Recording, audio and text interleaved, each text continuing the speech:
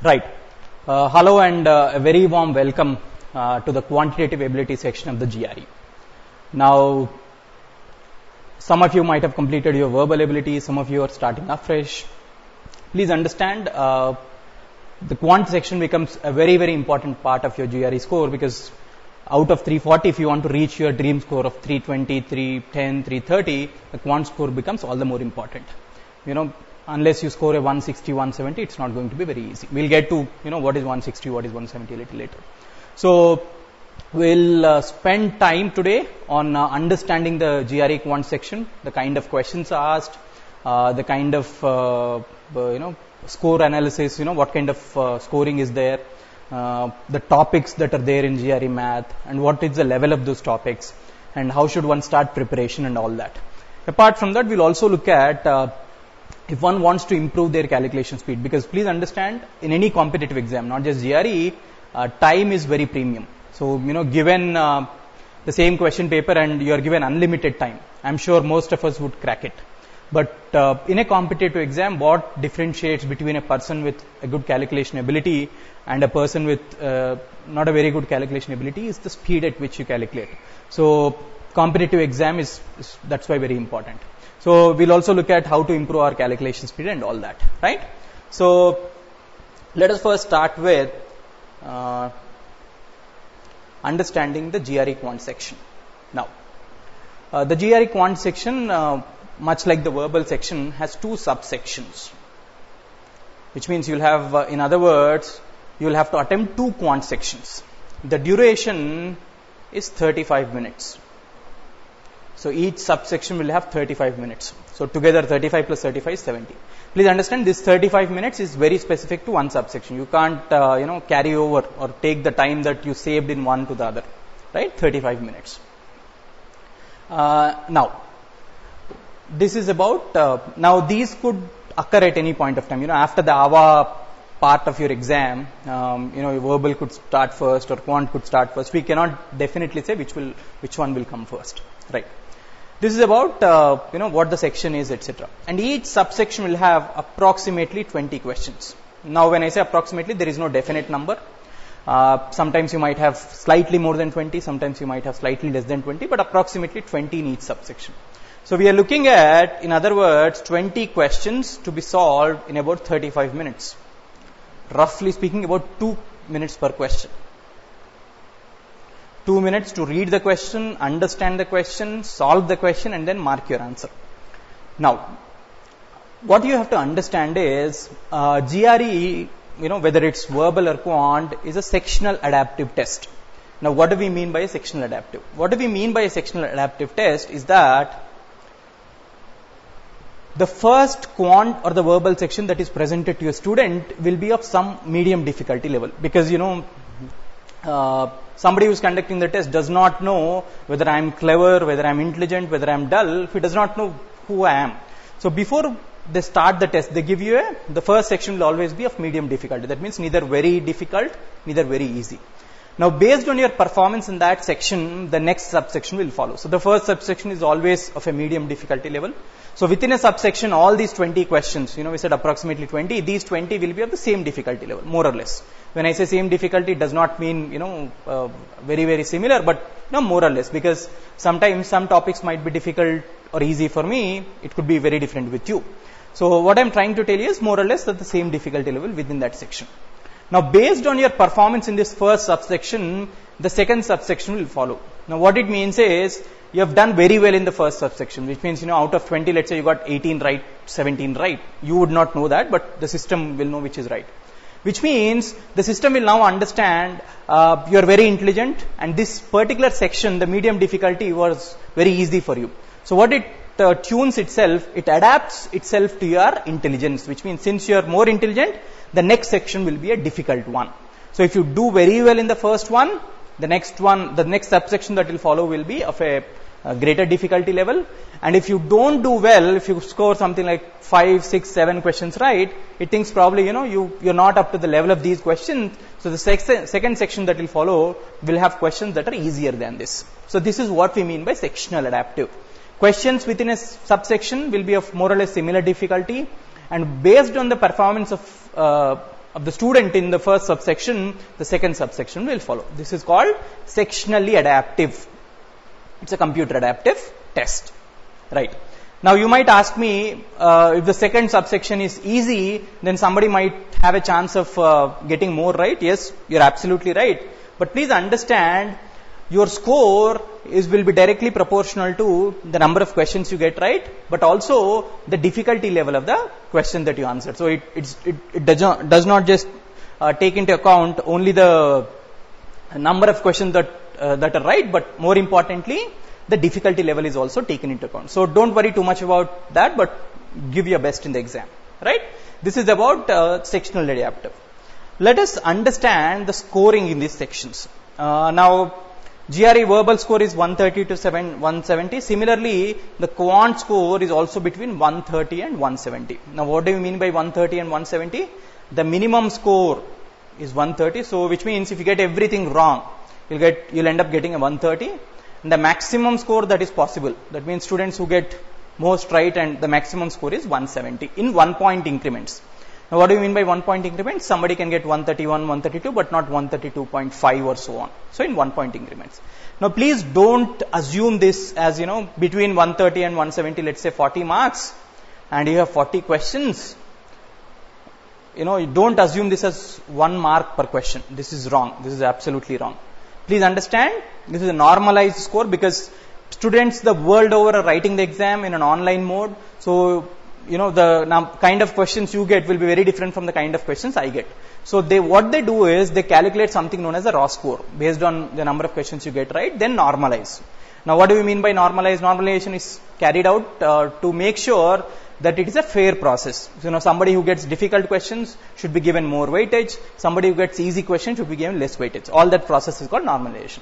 So, after all this, your score is given. So, minimum is 130, and based on your performance in both the sections, you will be given a score like 25-30, which is added to your 130. So, between 130 and 170 is your score. Now, like we said in the beginning, if you want to score a 310, a 320, let's say a 310, if you end up getting 150 in verbal, please understand you need to get 160 in quant. Now, since we are used to doing math since our childhood, please maximize your score through quant. So, if you want to get a 320, 325, etc., it's very important that you end up getting your 170 in quant, right?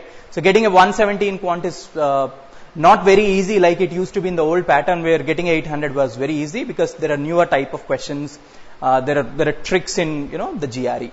Right? This is about the scoring. So, target a 160, 165 to begin with in the beginning of the course. By the end of the course, and when you practice well, you should end up targeting a score of 170. And it's not very difficult. At the same time, it's not very easy. So, you have to put efforts. Right? Now, this is about the scoring, the kind of sections you have. And how is the scoring, how is it calculated, the timing, etc., etc. Now, another important thing in the GRE exam is that the presence of an online calculator. Which means in the exam, while you are solving questions, you will have an online calculator available to you. Now, when I say online calculator, it's a very, very basic calculator that is given to you. Please don't assume that it will have all the fancy functions that an that the scientific calculator might have.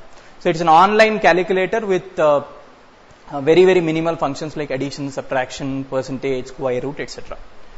But let us understand, in the GRE official guide itself, it is very clearly given that the calculator is given only to help or supplement your knowledge of math, not to replace your knowledge of math. Now, one bad habit that you people might have picked up, especially during your graduation, is that the moment you have a calculator available, even for the smallest of calculations, start using that calculator. Please understand there is a great difference between a manual calculator and an online calculator. I mean in terms of the usage. So, for you to start typing numbers, then, type into or by or addition or subtraction and then finally get the answer, it takes a lot of time. Please understand that. And in that meanwhile, you might actually do the calculation faster on a piece of paper. And even if you type one number, if a mistake happens in typing one number, just imagine the mistakes in the answer. So, my suggestion to all of you is And in fact, this is what is given in the GRE official guide as well from ETS, that 90% of your questions or 95% of your questions will not need a calculator. So all your calculations is that simple. Use the calculator only when it is required. If there are difficult ones, for example, there could be questions on data analysis where there could be some difficult calculations. Only in those cases, please use the online calculator. In other cases, never ever go touch the calculator. Right? Trust your calculation speed. You'll have your rough pen and paper. Do it. Right? So all through the course, we'll try and not to use the calculator. Wherever needed, we'll tell you, please use the calculator so that you get a hang of, what kind of problems are we solving and what kind of problems need a calculator and don't need a calculator. So this is about the presence of the online calculator. Right. Now let us come to the syllabus of GRE Math. Now, some of you, who are not from a math background, which means you stopped studying math after 10th, went on to take BPC or, some other subject, don't be worried. Please understand, GRE Math tests a student of his knowledge ability of all the topics that were studied in school. So starting from your 6, 7, 8, 9. So, the basic arithmetic, basic geometry, etc. So it does not test anything beyond your 10th, so you should not be worried. My suggestion to all those who think, you're not very good at math, you're scared of math and numbers, the very word mathematics, brings shivers down my spine. My suggestion, sincere suggestion to all of you is please get hold of all the school textbooks, school math textbooks, starting from the 6th, 7th class up to the 9th, 10th class. Go revise them once, before you kind of start doing the exercises in the book. That will help you immensely. So that you get to revise, get to understand what all topics we learnt in school. We're just relearning them in a different manner. Right? So please understand, it's just restricted to school syllabus. And those who think we are not good at math, you need not be worried at all. Trust me, it's a very easy exam, but full of tricks. We just have to get used to it, and scoring it is very easy if you put in the right kind of effort. Right. Coming to the syllabus, so you'll have questions from arithmetic. Now when I say arithmetic, you'll have questions from numbers, so percentages and their applications, ratio and average, then time, speed, distance, time and work, and all such things, mixtures, allegations, etc. So you'll have topics, questions from arithmetic. You'll also have questions from algebra. So when I say algebra, basic functions, variables and constants, solving linear equations, in 1 or 2 variables, maximum 2 variables. Nobody will give you 3 variables, right? So it will also be, quadratic equations, something that you learnt in your school, very basic quadratic equations. So this is something that you'll have. In fact, you'll also have progressions, so you could club them either arithmetic or algebra, it doesn't matter. You'll have basic progressions, or in the GRE language, if you look at GRE language, it will be called as series questions, right? So you'll have arithmetic, you'll have algebra, right? Next, you'll also have geometry.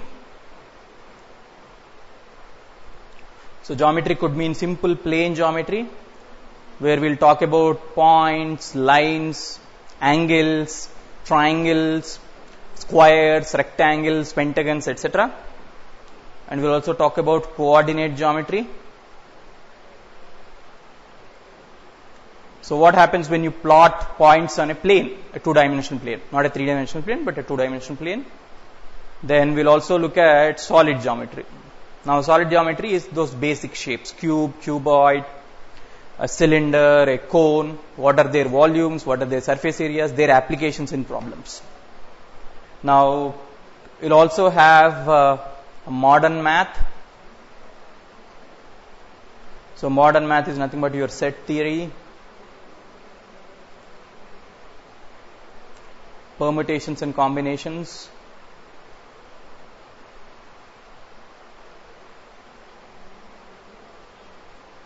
then you will have probability, right? So this is your modern math. Then you'll also have questions from statistics, right? So statistics could be, basic, mean, median, mode, and a couple of other ways of finding, the central tendencies. We'll get there when we get to statistics, right? Broadly, these are the 5 topics. So arithmetic, algebra, geometry, modern math, and statistics. This is about this syllabus. So I hope you have noted it down. So like I said, all this that we have learned so far, this is something that was there in your school textbook, something that you learned in your school.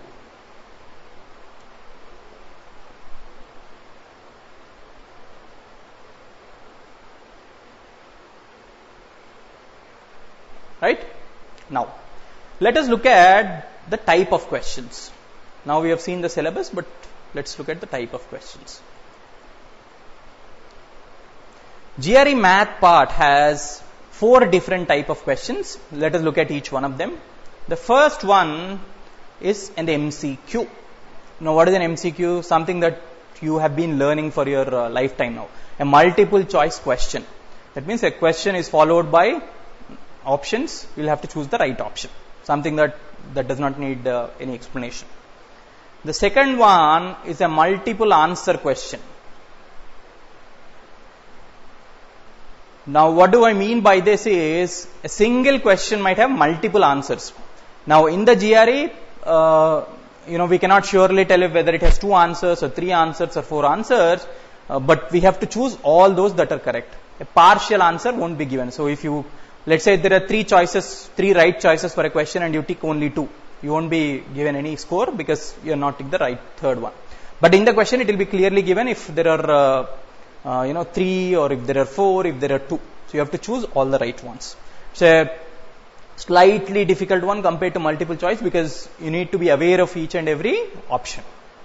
Then the third one is called numeric entry. Very, very similar to our fill in the blanks in school. Which means a question is followed by a blank, you have to type the answer. So if what is 2 into 3? You have to type 6. So there are no choices.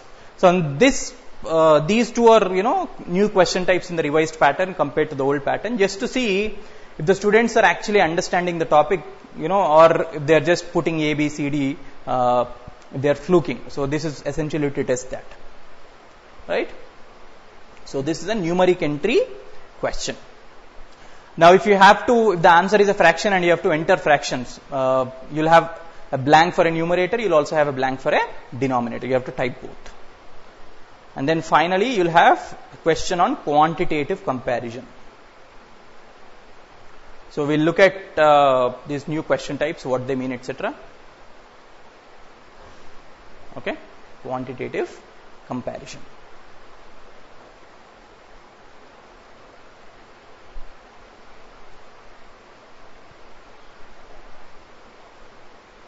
These are the 4 question types. Multiple choice question, multiple answer question, numeric entry or the traditional fill in the blank, the quantitative comparison question.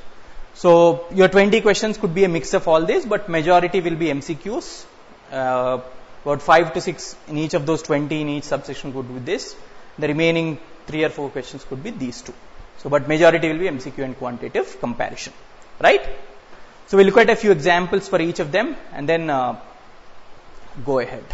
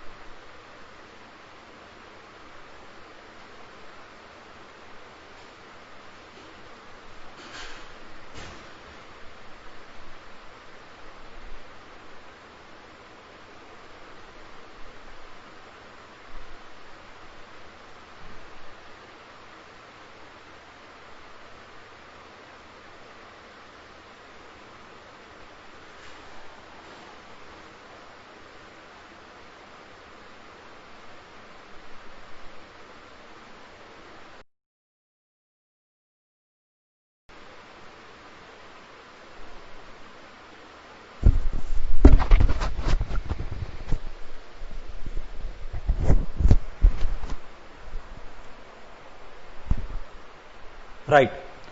Let us now look at the different kind of questions, some examples, some official examples from ETS, and then move forward.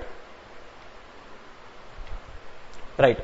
This is the guide that you can download from ETS website free for a. Let us look at each type of the question. This is the first kind of question, something known as quantitative comparison. Now, what do we mean by quantitative comparison? Now, in these type of questions, you will be given two quantities, quantity A and quantity B. Now, you have to compare the values of quantity A and quantity B. You just have to compare and say whether quantity A is greater or quantity B is greater, or if both are equal, or sometimes you may not be in a position to find the relation between the two with the given information. So you have to choose between the four options. Very simple, two quantities given, one under A, one under B. You have to find out which of these is greater. So for example, in this question, quantity A is 2 into 6, quantity B is 2 plus 6. Which is greater? Very simple, it is A.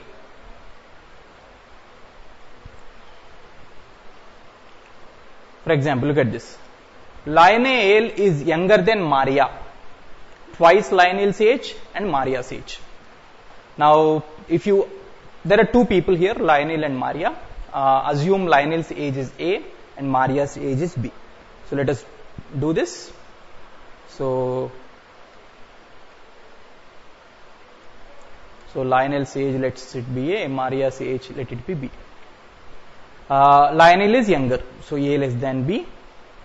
So what are you comparing? Twice Lionel's age and Maria's age.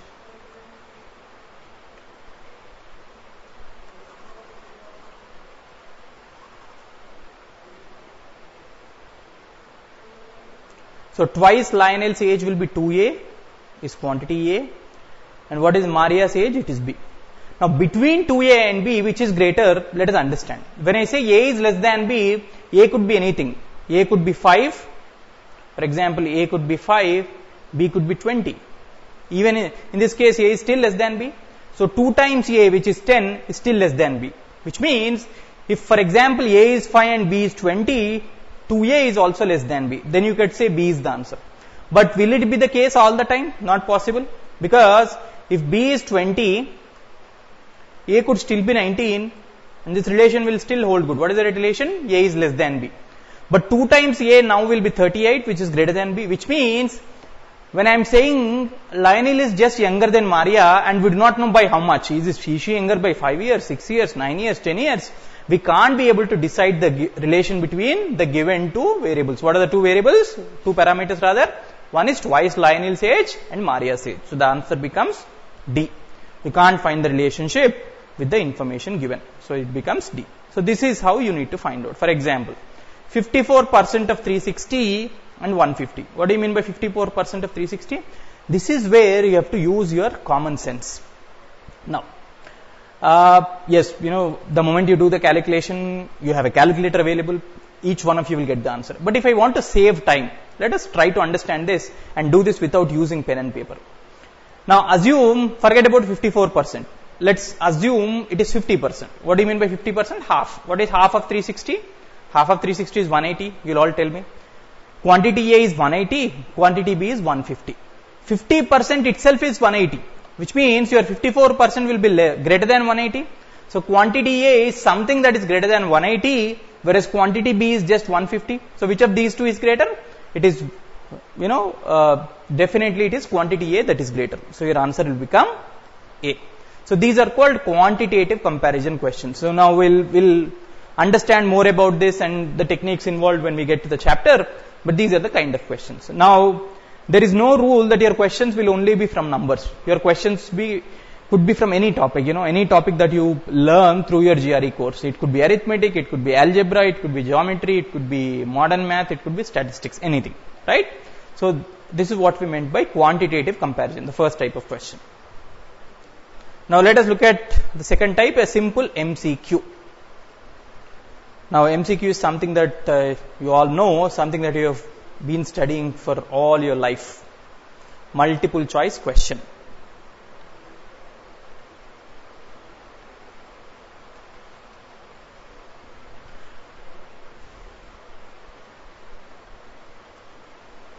Right. This is a multiple. Select a single answer choice. 5x plus 32 is equal to 4 minus 2x. What is the value of x? So before we get to the options, let us solve this. 5x plus 32 is equal to 4 minus 2x. 5x plus 32 is equal to 4 minus 2x. What is the value of x? So let us solve. 2x comes to this side, becomes 5x plus 2x, 7x. So 32 goes to the other side, 4 minus 32. So 7x is equal to minus 28. X is equal to minus 4. So a simple linear equation in a single variable will solve it. So the answer is minus 4. It will be A. This will be your answer. Right? These are multiple choice. So I don't think I need to explain in detail again. So these are the simple questions. We'll spend some time on the multiple answer questions because those are the different ones. Right. Now, here is what I meant by multiple answers. A single question might have more than one correct answer. Now, if you look at this question, which of the following integers are multiples of both 2 and 3? Indicate all such integers. This is very important. When he is saying all, he is not saying there are 2 answers or 3 answers or 4 answers or 5 answers. Your job is to just select all the answers that are available. One important thing that you have to understand when you are solving such questions, multiple answer questions, is that you have to cross check each and every option that is given. There is no other choice because you may not know if a given choice is the answer or not. It's not like multiple choice. For example, the previous one where we just solved and got the answer for x. Now, for any number or any integer to be multiple of 2 and 3, it has to be a multiple of 6 because 2 into 3 is 6. Just check out of these options which are multiples of 6. Is 8 a multiple of 6? No. Is 9 a multiple of 6? No. Is 12 a multiple of 6? Yes. So C could be one of your answers. Then, is 18 your multiple of 6? Yes. C and D both are your answers. Is 21 a multiple of 6? No. Is 36 a multiple of 6? Yes. Which means C is your answer, D is your answer, and F is your answer. So the 3 answers, all possible answers are C, D, and F. So it is C, D, and F. These are multiple answers. Now sometimes they might say all such digits. Sometimes they might also say 2 answers or 3 answers. Indicate the 2 options that are applicable or 3 options that are applicable. Just look at the question. But the important thing in these type of questions, like I told you, is to understand that each and every option has to be checked. There is no other choice. Now let us come to the 4th type of question, the numeric entry question. Now, something we, in our childhood, we learned this question as the fill in the blank. Question followed by a blank, you have to type the answer. Right? Now also understand, sometimes in these questions, if the answer is, let's say, a decimal, 32.5764, etc., etc. Now he will clearly specify if you have to round it off to 1 digit or 2 digits or 3 digits. Now your rounding off or your typing the answer has to be very, very clear, or to what is being asked. If they say round it off to 1 digit, you have to round it off to 1 digit.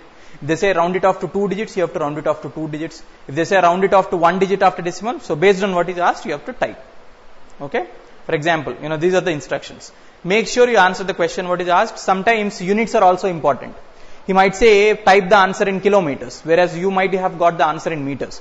So you need to calculate meters first and then type.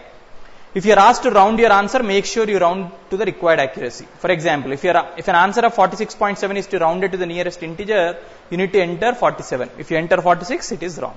Okay? So this is important. Let us look at 1 or 2 example questions and then see. 1 pen costs $0.25 and 1 marker costs $0.35. At those prices, what is the total cost of 18 pens and 100 markers? So a pen cost me 0.25, a marker cost me 0.35, right? So 18 pens and 100 markers.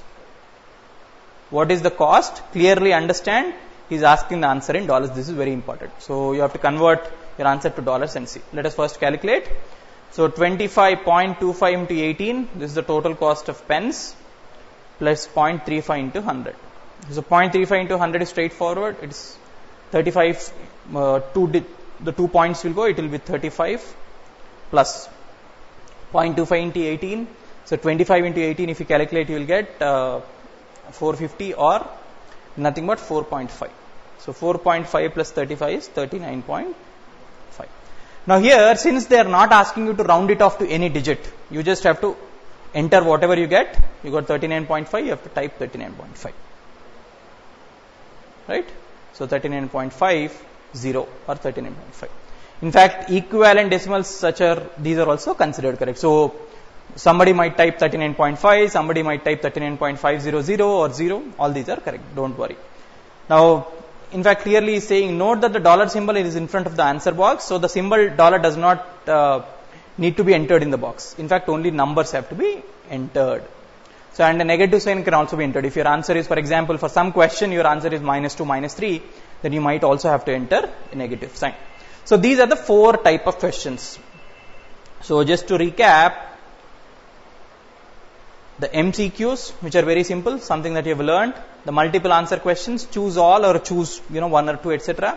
Numeric entry, question followed by a fill in the blank, a box, sometimes rounding off, sometimes if it's a fraction, you'll have 2 blanks, and the quantitative comparison. 2 quantities are given, quantity A and quantity B, you have to find which is the answer.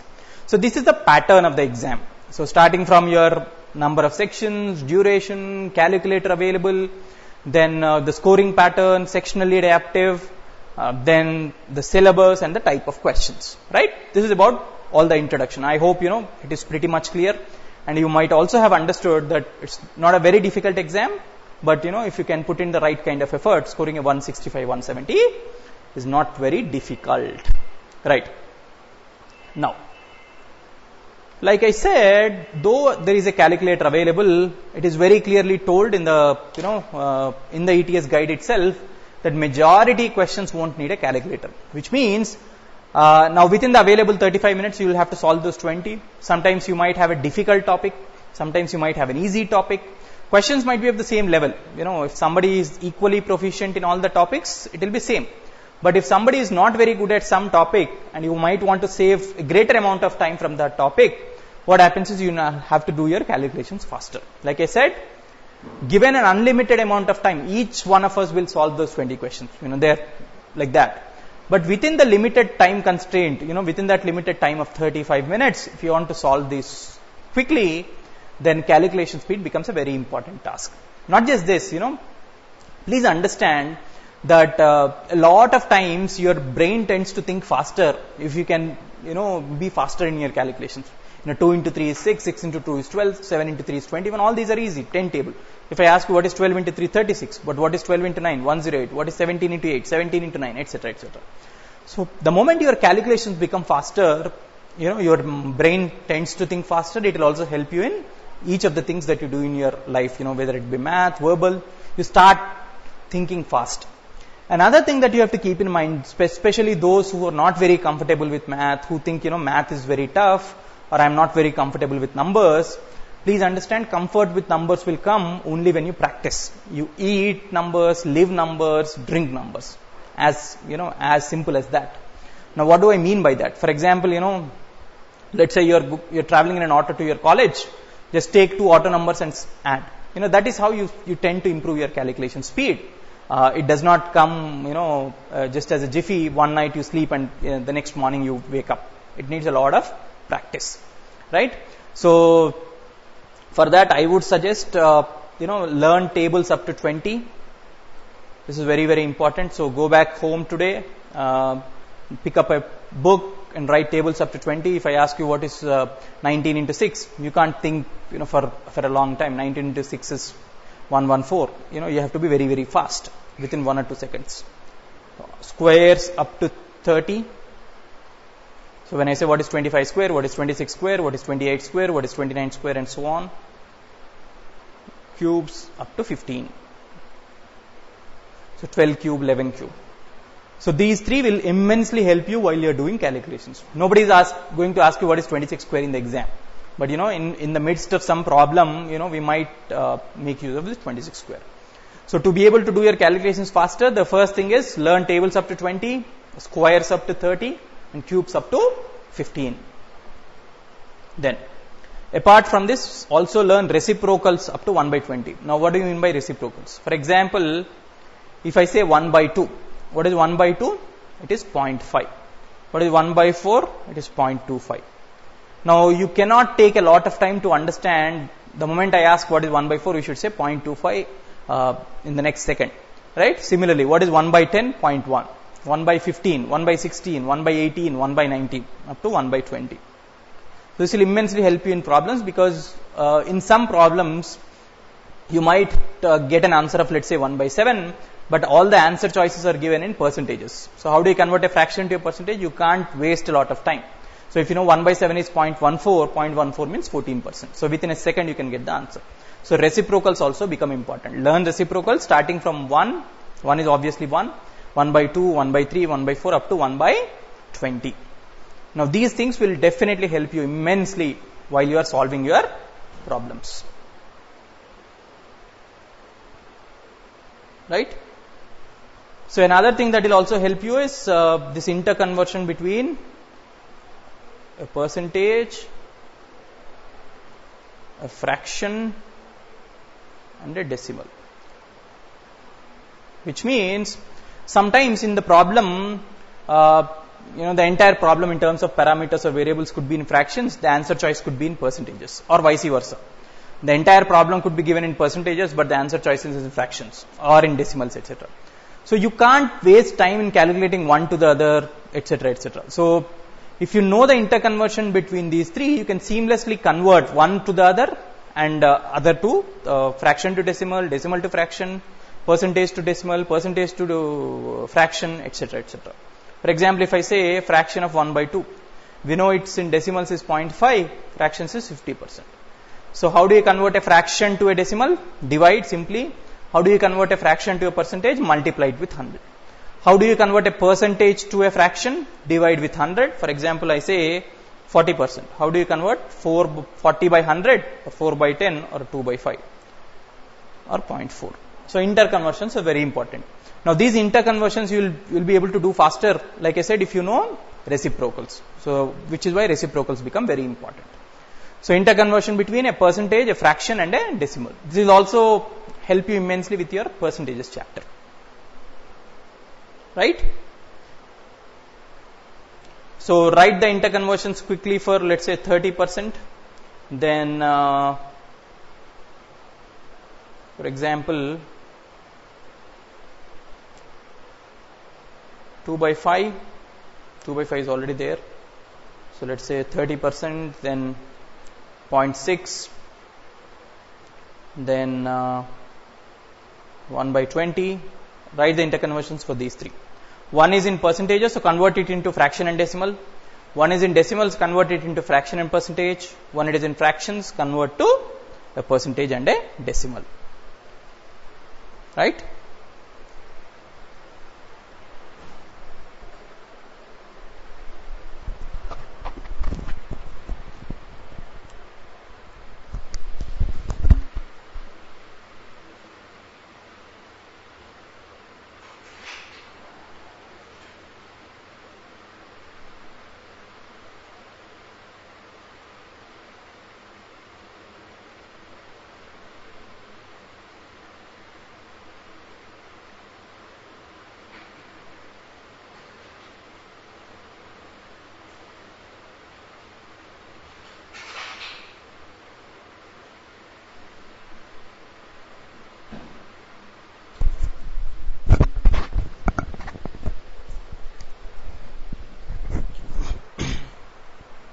Hope you have done it. So how do you convert 30% to fraction and decimal? For a fraction, divide it with 100, you will get fraction and then decimal. How do you convert 0.6 to a percentage? Multiply it with 100. Right? How do you convert a fraction, third fraction into percentage? You can multiply it with 100. Okay? Right. Now, let us start learning a few techniques now to improve our speed. Now, one thing that I want to make very, very clear, please understand, what we are going to learn now is not, shortcut or some, magic formula. It is derived from the way we do our math, the way we learnt our math in school, but we are trying to simplify some of the methods we learned so that we can use them easily, right? So don't be under the illusion that these are some magic formulae, they are lifted off from thin air. No. They are simply what we have done in school, but we are learning them more efficiently now. So, right? And don't ever get into this whole habit of formula seeking, etc., because you'll go nowhere. Okay? So let's start with a basic 2 by 2 multiplication. 2 by 2 multiplication. We'll use something known as the crisscross method. What do we mean by this? For example, I have 34 into 46. Now what is the normal way of multiplication? Simple. I'll start with 6. 6 into 4, 24. 6 3 is 18 plus 2, 20. Then I'll start with 4. 4 4 is 16. 1. 4 3 is 12 plus 1, 13. Right? So this is 4, this is 6, this is 5, this is 1. So the answer is 1564. Looks very simple. But please understand, is there a better or a simpler way of doing this? Let us try to understand. Now what are we doing in each step? So before that, let us understand the place values. This is your units digit. Units means ones digit. This is the tens digit. Tens place, units place. Now, finally in your answer 1564, this is your ones place. This is your tens place. This is hundreds. This is thousands. Right? So we have my number, ones place and tens place. We have the answer which has ones, tens, hundreds, etc. Right. Let us try to understand what it is. So if there are two numbers A, B and C, D, B and D are the ones place, A and C are the tens place. And finally when you want to get the answer, please understand in the answer it will also have ones place. Now when will you get a ones place in the answer? Only when you multiply the ones place and ones place in both the numbers. So what are the ones and ones in both the numbers? B and D. So draw a diagram like this, it will be easy to understand. So we will first multiply B and D. So it will become, the answer will become, the ones place will be BD. Then, second, after the ones place in the answer, we will go to the tens place. What is the tens place? How do you get a tens place in the answer? Either I multiply the ones here with the tens here, or the tens here with the ones here, which means in both cases I get a tens place, which means cross multiply and add. So your second step is cross multiply and add. A into D plus B into C, because A into D will give you a tens place, B into C will also give you a tens place, because this is tens place into ones place is tens place into ones place is 10. So this second digit will be AD plus BC. Then finally, the answer will have hundreds place. How do you get a hundreds place? Tens into tens, A into C. This is your diagram. This is A into C. Which means the same multiplication which we have used two different steps. For example, we first multiplied with 6 and then with 4 can now be combined and done in a single calculation using this. These are the three steps. So let's understand it in a little more detail. We'll get to the answer very quickly. Now you can observe this also. This also is easy to understand. How did we get this 4? When we multiplied this 4 into 6, this was 4. How did you get this 20? How did you get this 20 and 36? We are adding 20 and 36. 20 is when we multiplied 6 and 3. This 36 was when multiplied 4 and 4. You got 6. So we are adding these two. And finally 3 into 4. Right? Which means a 2 by 2 multiplication can be done much faster following these three steps. Let us do 34 into 46 now. Again, the first step, always start from the rightmost digits, multiply the digits in the rightmost places. B and D, here 4 and 6, 4 6 are 24. 2 will be your carryover. This is the first step, done. The second step, cross multiply and add. So from the right side, we are slowly moving towards the left side. We took the rightmost digits, multiplied them. Then we took all the 4 digits, cross multiply and add. A into D plus B into C. So 3 into 6 plus 4 into 4. What is 3 into 6? 18 plus 4 into 4 is 16. 18 plus 16, 34. 34 plus there was a carryover of 2. 34 plus 2, 36. So 6 will be here. Now my new carryover will be 3.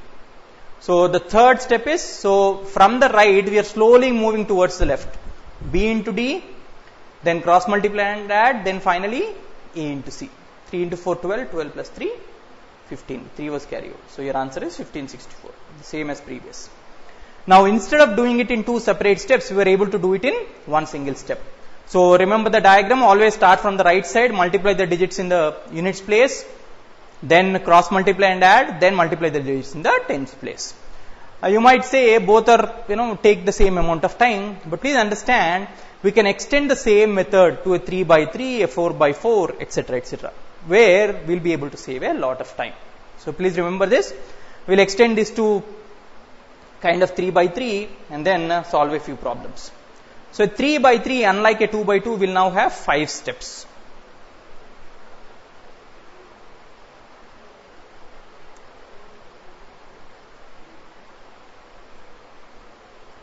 Right.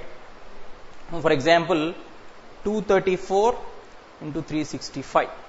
Let's say this is my calculation. It is same like 2 by 2. Forget about, for example, these two are not present. Let's say it is 34 into 65. How would you do? Start with the digits in the units place. 4 into 5, 20. 2 is your carryover. Then, same process, cross multiply the last two digits and add. 3 5s are 15, 4 6 are 24. 24 plus 15, 39 plus 39 plus 2 a carryover, 41. So 1 will be here, 4 will be your carry. Now, from the third step, it will slightly vary. The third step is now, look at this diagram. Cross multiply the extremes. That means 2 into 5, 3 into 4, and then cross multiply the middle ones, or multiply the middle ones. 2 into 5 is 10, 3 into 4 is 12, 10 plus 12, 22, then 3 into 6, 18. So we have 18, we have 3 6 is 18, 3 4 is 12, plus we have 2 into 5, 10. So 18 plus 12 is 30, plus 10, 40, plus there was a carryover of 4, 44. This is 4 again, finally.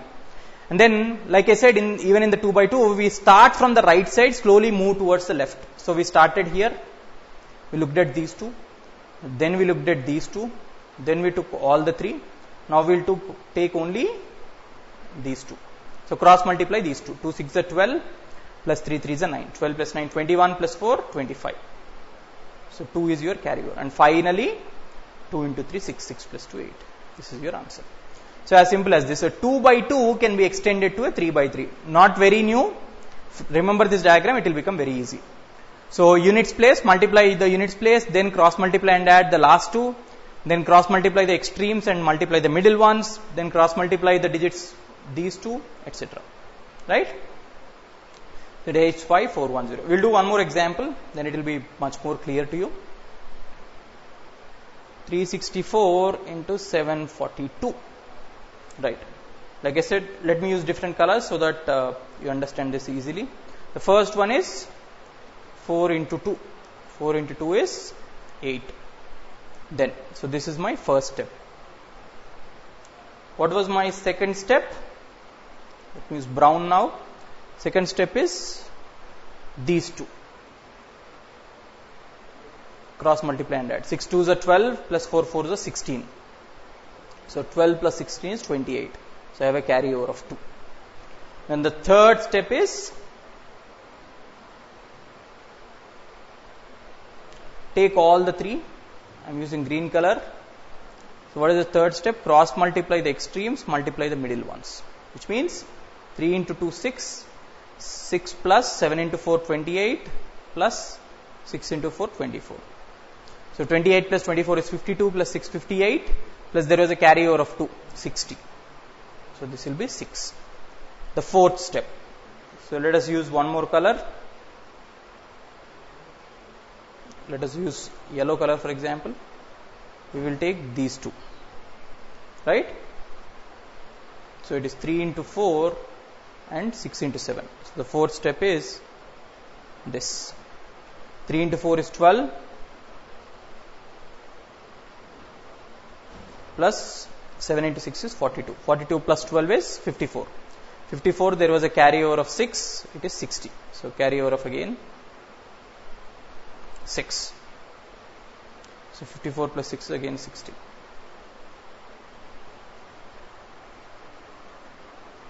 So 6. Finally, 3 into 7. Let's get back to black. 3 into 7 is 21. 21 plus 6, 27. So your answer is 270088. Right? So remember this diagram. Start from the right side, multiply the units place, then cross multiply the rightmost two, then cross multiply extremes, multiply the middle ones, and so on. Right? Now just solve these problems. 378 into 846, then 444 into 666, then 946 into 12, then 98 into 64. Do these three. Take 5 minutes and solve these three.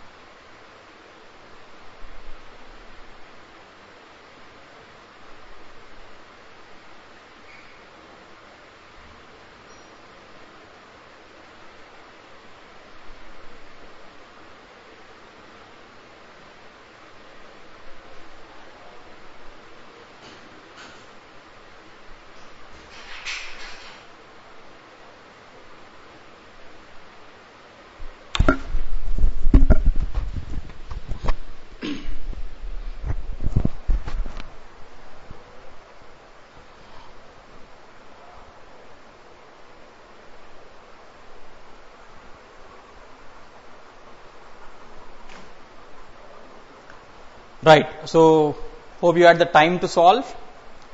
It's just a simple process. Follow the steps and you'll easily get the answer. Okay. So let's just look at what the answer for each one of them is. 378 into 846. I hope you got the answer as 319788. Then we have 444 into 666. The answer might have been 295704. Now, this is an interesting one, 946 into 12. Now, how would you do 946 into 12? Please understand, for this we would not need any special methods, because the moment we know 12 table, you can simply say 12 6 is 72, 12 4 is 48 plus 7, 55, 12 9 is 108 plus 12 9 is 108 plus 5, 113. So the moment you know tables, so there is a limit to the methods as well. You know, for the method we learned, the moment you know tables, you don't need to, go back, add a 0 probably and do a 3 by 3. All that is not required because you know the table. So please, in your own mind, fix limits up to till what limit can I use this methods and till what limit can I not use this methods, right? And finally 98 into 64. You might have got the answer as 6270. So go home, practice a lot more. Just take random numbers, have a calculator by the side, do the calculation, find the answer. And this will become a habit. Like I told you, for about 20 years you have learned doing these calculations in one method. Now suddenly I am asking you to do it in a different method, it won't work. So it will become a habit only when you start doing this. So even in your exams, in your college exams, if you find some numbers like these 3 by 3, 4 by 4, I hope you will use these methods to do it much more better. Okay, so only then it will become a habit. So 2 by 2, 3 by 3, this is called a crisscross method, right?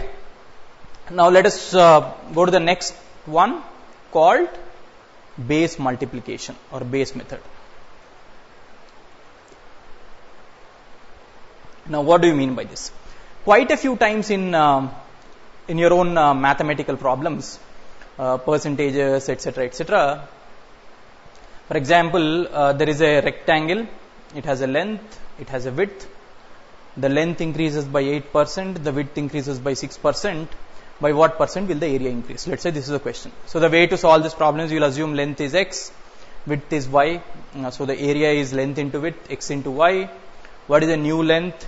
So x plus 8% increase, 8 by 100 into x, and so on, etc. You will find this and find the area. Now if you carefully understand, at the end of the day, to find the increase in area, you will end up multiplying 108 or 1.08 into 1.06, which means 108 into 106. In other words, these are numbers that are close to 100. Now what is the speciality of 100? Any multiplication with 100 is easy. 100 into 2, 200. 100 into 5, 500. 100 into 15, 1500. You don't need to do any calculation. Add 2 zeros at the end of the number, you are done. Which means multiplication with 100 often gives us a leeway or an advantage in terms of comfort. So let us understand that whenever there are numbers that are close to a base is nothing but a number that ends with zeros. A base could be 10, a base could be 100, a base could be 1000. So how can we easily do this, right? So let us do 108 into 106. Now the traditional way of doing this is, let's say 100 into 8 plus 100 plus 8 into 100 plus 6, right? Now first is 100 into 100, 100 into 100 is 10 power 4, plus 100 into 6 plus 100 into 8. So if you take 100 common, it is 8 plus 6, and finally 8 into 6. If you understand this a little more closely, if you observe this a little more closely, you will understand that 10 power 4 will be common for any multiplication that is of two numbers that are close to 100. So this 10 power 4 is common. This 100 is also common. So what changes? Only these two. So this 8 and 6 may be different for different multiplications. So from this we can derive that multiplication of two numbers that are close to a base like 100 or 1000 can be done very, very easily using this process called the base multiplication method. For that you need to identify two things, A and B.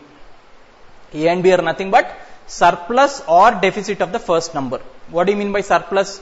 By how much is this number greater than 100 or by how much is this number less than 100? So A is plus 8 because it is 8 more than 100, and B is plus 6, plus 8 and plus 6. So A and B, let us define A and B. So 108 into 106, we have defined A and B.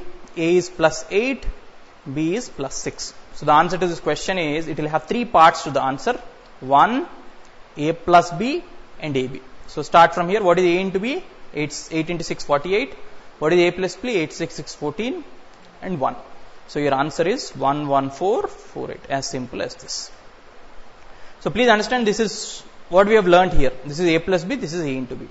So if you have any two numbers that are close to 100, how do we do this multiplication? First define A and B. A and B are surplus or deficit of the given numbers. By how much is it greater than 100? By how much is it less than 100? A is plus 8 and B is plus 6. 1, A plus B and AB. Right?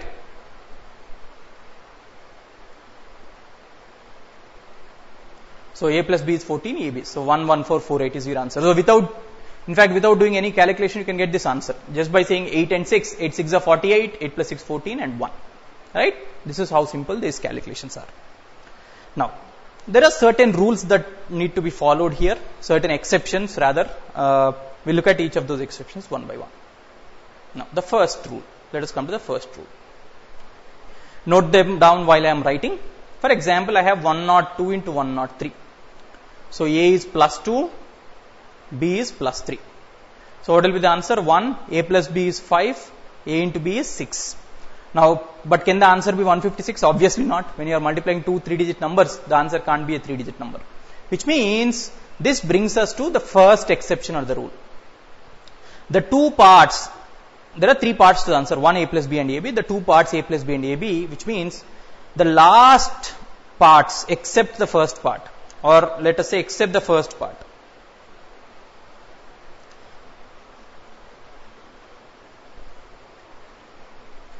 All the other parts except the first part should have as many digits as the number of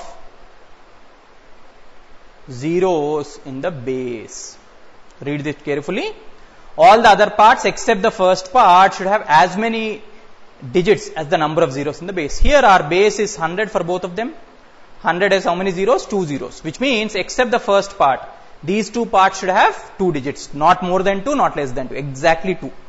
But in this case, how many digits do they have? 1 each. So what should we do? It's the next exception. The first rule is, all the other parts except the first part should have as many digits as the number of zeros in the base. Note it down. For example, if you are doing a multiplication like 1002 into 1003. So here the base is 1000, so it will have 3 zeros. So 3 zeros will be here.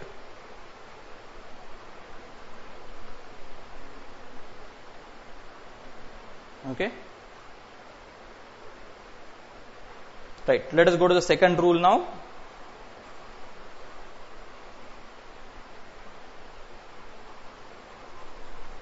So the first rule was number of zeros. Now what about the second rule? The second rule says, if for some reason in any calculation there are number of digits is less than what is required. Now in this case, I need 2 digits here, 2 digits here, but I have only 1 digit. Then the second rule says prefix zeros, so that the value does not change. Wherever you have less than the required number of digits, you just have to prefix zeros in those parts. Prefixing means adding zeros. The answer now becomes 10506. The second rule is prefixing zeros. Let's come to the third rule. For example, I am doing 109 into 112. So what is A? Plus 9, 9 greater. What is B? Plus 12. It's 12 greater than 100. So my answer is 1 A plus B, AB. So what is A into B? 12 into 9, 108. 12 plus 9, 21 and 1. So this is fine, 21, 2 digits. My base is 100, 2 zeros, 2 digits. But here there are 3 digits. What should I do? Go back to your school. For example, I am doing 85 into 79. When it is 5 plus 9, 14, this extra one was carried over. The same logic will be followed here. When you have more than what is required, you will carry to the immediate left part. This 1 is extra, so we'll have 0, 8 here. 1 goes here, 1 plus 21 is 22. So the answer is 1, 2, 2, 0, 8. So the third rule is carry. Very, very similar to what you have done in school. So always carry will be to the left side. So for example, if you have a carry in this part, it will be to this side. If you have a carry in this part, it will be to this side. So carry will happen only when we have more than what is required. So the third rule is carry. Right? Now let us look at the fourth rule.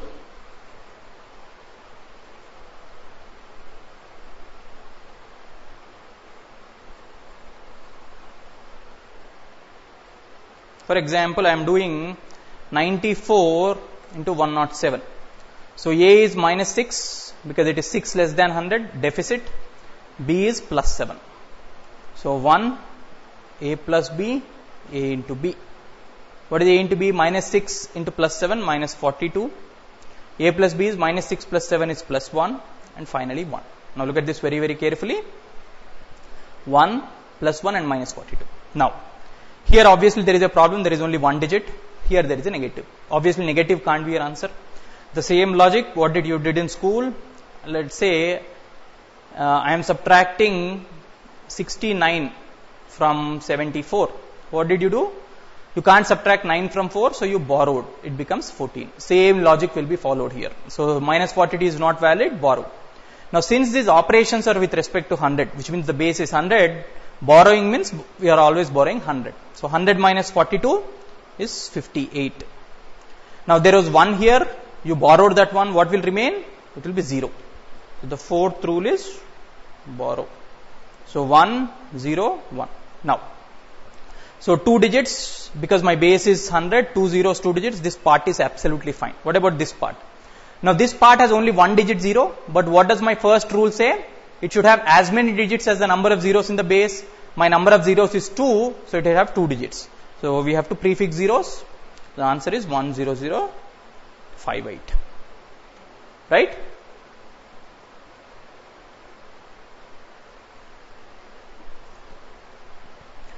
Now if you want to borrow for here, borrow from here, borrow from here.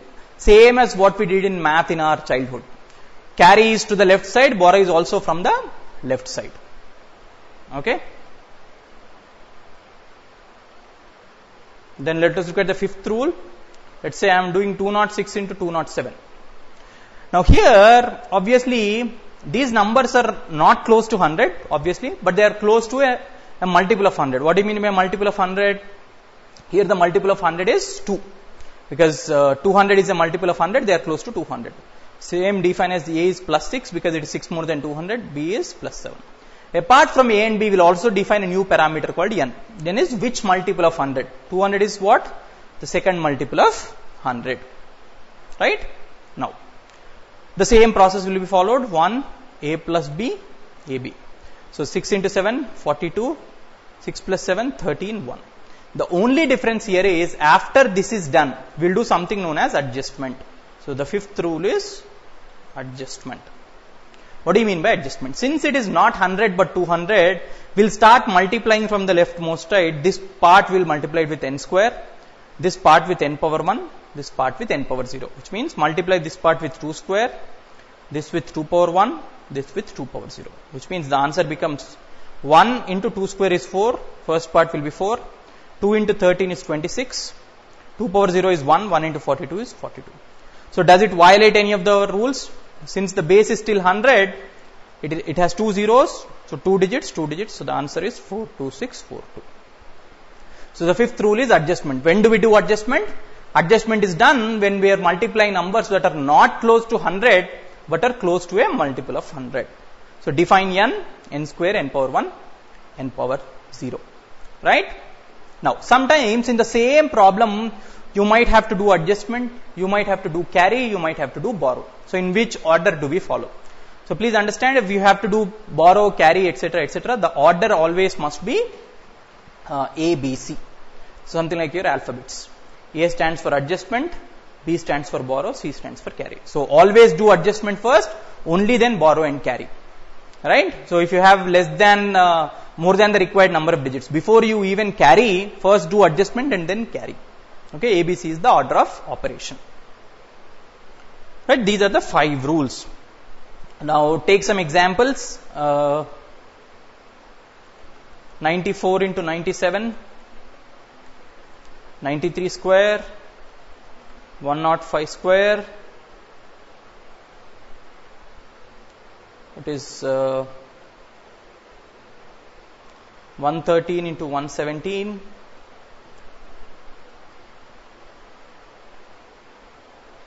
(91 into 90). Do this, take 2 minutes and do this.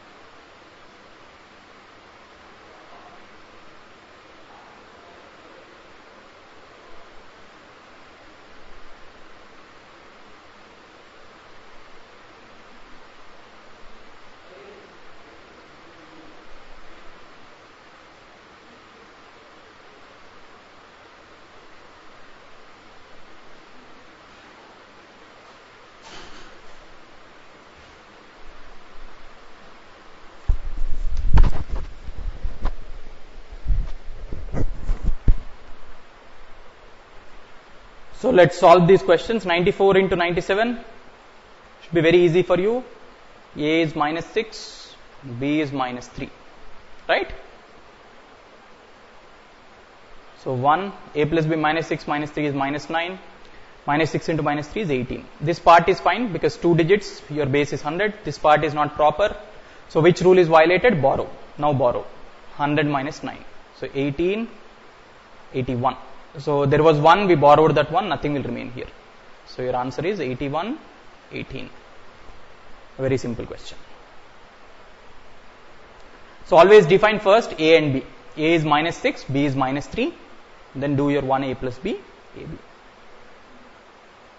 Next 93 square. So what is 93 square? A is minus 7, B is also minus 7 because 93 square is nothing but 93 into 93.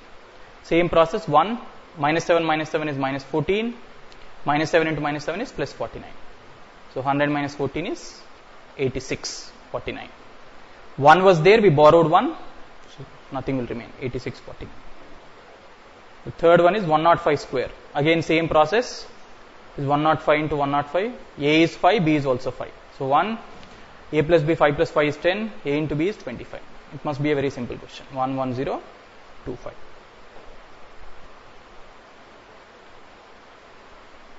Next, 113 into 117. A is 13, B is 17. 1, A plus B, 13 plus 17 is 30, A into B, 17 is 13. So 170 plus 51, 221. Now, which rule is violated? I need only 2 digits because my base is 100.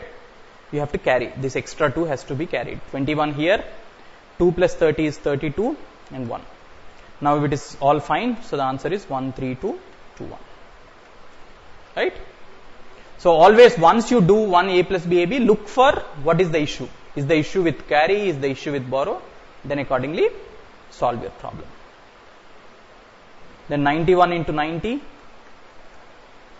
A is minus 9, B is minus 10. So 1, A plus B, AB. So A into B, minus 9 into minus 10 is plus 90. Minus 9 minus 10 is minus 19, 1. So 100 minus 19 is 81. 81, 90. Right? So even for squares, you don't need a special method. When I say 105 square, 106 square, it is nothing but 106 into 106. A and B would be same. Right? Let us learn one more and then kind of revise.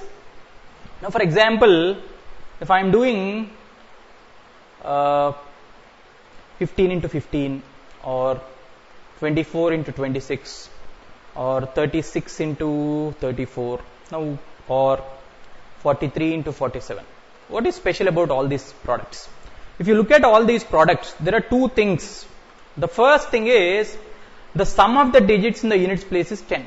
5 plus 5 is 10, 4 plus 6 is 10, 6 plus 4 is 10, 3 plus 7. So units digit sum is equal to 10. Second, the other thing is the digits in the rest of the digits rather. So if you leave out the units place 6 and 4, 5 and 5, the rest of the digits are same.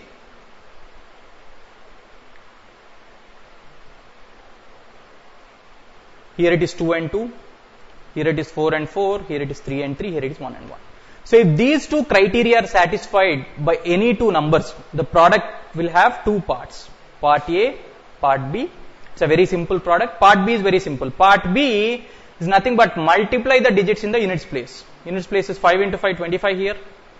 For example, here it will be 4 into 6, 24. Here it's 6 into 4, 24. Here it is 7 into 3, 21. So part B is nothing but multiply the digits in the units place. Part A is nothing but other than the units digit we said, what is the rest of the digits? Here the rest of the digit is 1. Here it is 2. Here it is 3. Here it is 4. So take the rest of the digit, multiply it with the next number. So here the rest of digit is 1. Next number to 1 is 2. So 1 into 2 is 2. Then here rest of the digits are 2. 2 into 3 because 3 is this next number. Here 3 is the rest of the digits. 3 into 4. So here is 4 into 5. So the answer is 1 into 2 is 2. 225 for the first one. 2 into 3 is 6. 624 for the second one. 3 into 4 is 12. 1224 for the third one. 4 into 5 is 20. 2021 for the first one. Right? You might ask me, where will I get this and why should I remember all this? Please understand, this criteria will be very, very useful when you are finding squares of numbers. For example, 25 square. 25 into 25. Let us look at the two criteria. Sum of the digits in the units place, 10, 5 plus 5. Rest of the digits are same. Which means, finding the square of numbers that end in 5 is very, very simple using this. So let's start with 15 square. Now, another thing with this is the units digit in any number ending with 5. If you are finding square, they will always be 5 and 5. 15 square is 15 into 15. 25 square is 25 into 25. Which means part B is nothing but sum of my digits in the units place. Part B is always 25 because it is always 5 into 5. So I can simply say the answer, last two digits are always 25. What about the previous digits? It is 1 into its next number. 1 into its next number is 2. 1 into 2 is 2. So 225 is the answer. Similarly, 25 is always there. 2 into its next number. 2 into 3 is 6. Similarly, 35 square. 25 is always there. 3 into its next number 12. 1225. 65 square for example. 25 is there. 6 into its next number. 6 sevens are 42. 95 square. 25. 9 into its next number 10. It is 90. So like this. So finding the squares of numbers that end in 5 is very, very simple. Right? So more or less these are the methods. Again, like I am telling you, this will not be useful unless they become part of your habit, which means in your system, the way you used to do certain calculations have to change. This should become your habit. So let us just revise what we learned. So we started with the crisscross method, 2 by 2 multiplication. So remember this diagram, you will be able to do much better. Start with the units place, start from the right, go towards the left. Then we expanded the same to a 3 by 3, right, 5 steps. Then we learnt the base multiplication. So the 5 rules. What are the 5 rules? Number of digits should be equal to number of zeros in the base. Second one is prefix, carry, borrow and adjustment. Right? And finally we learnt multiplying square of numbers that end in 5. Okay? So these methods, see, if you want to learn, there are thousands and hundreds of methods, but all of them won't be useful for your GRE, and also, remembering all of them is also little difficult. So these are optimum and more than enough. A few things that I want to tell you. One is obviously practice. Take, random examples, go back, practice, and do a lot more practice. The second thing is, everything that we do as part of our syllabus in GRE Quant, please understand, not just GRE Quant, but math as such, this is something that happens in front of your eyes. A lot of people go wrong in math because they believe, the real life has no relation to what we are doing in math. For example, I'll give you an example. Most of you will go shopping, right? So none of you will carry a calculator to the shopping. So for example, $9.99 is the price of a shirt, and he's offering a 25% discount. And even before, even without using a calculator, etc., your mind will do the calculation. So $9.99 is close to 1,000. So 25% of 1,000 is 250. 250 rupees discount means the bill should be close to 750. So if the bill is not close to 750, you will fight with him. Now the same thing, let's say it is converted into a problem. Arun went to a shop, he saw a shirt which is worth $9.99. There was a 25% discount on it. What is the final price? I'm sure people will waste half a page for this. Now, is there any difference in the numbers? There is no difference in the numbers. There is no difference in the calculation. But why is our mind responding in two different ways in two different scenarios? Because it is all to do with the mindset. So, wherever you are interested, wherever you can connect math to real life, you will do much better. Same goes with most of you. If you have bikes, you go to a petrol bunk and you'll see, if I take petrol for 40 rupees, I'll get, let's say, half a liter. Half a liter is good enough for me to travel 20 kilometers. But the same thing converted to a problem. I have a bike, the petrol costs 80, the mileage is so much, how long can I travel? A time, speed, distance problem. Again, you waste half a page. So please understand, math is something that happens in front of you. If you can relate problems to your real life, that is when you can do much better. So what needs to be changed is mindset and a little bit of practice. So there is none of you who can, you need not be scared of math even if you did not study math after 10th, because it's just cool math that we are studying. Please go back home, do a lot of practice of what we have learned today, and also, what is GRE Quant in all, and you have a very bright chance of scoring that 160, 170. I hope all of you will do this.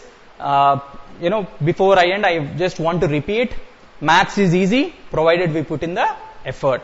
Maths becomes difficult if you don't have comfort with numbers. You need to have comfort with numbers. Wake up with numbers, sleep with numbers, drink numbers, eat numbers. Right? Thank you.